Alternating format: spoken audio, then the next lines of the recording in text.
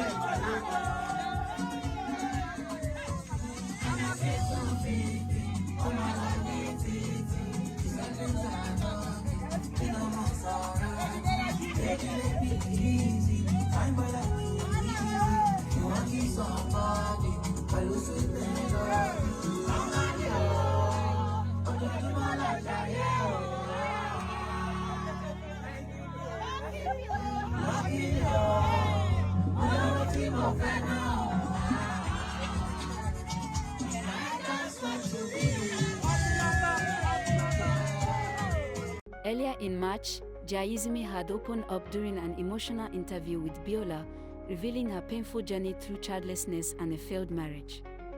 She recounted suffering multiple miscarriages and enduring maltreatment from her husband. Despite raising many children for others, she lamented having none of her own to celebrate her 60th birthday with. In response to her heartbreaking story, Biola vowed to stand by Jayesimi, reassuring her that she is not alone and that her days of sorrow are behind her. Biola declared that God has remembered her beloved godmother. In another heartfelt post, Biola shared a video of Jayesimi visiting her store, describing the veteran actress as a beautiful soul and expressing how blessed she feels to have her in her life. You're watching GboahTv. Kindly subscribe to our YouTube channel for more videos.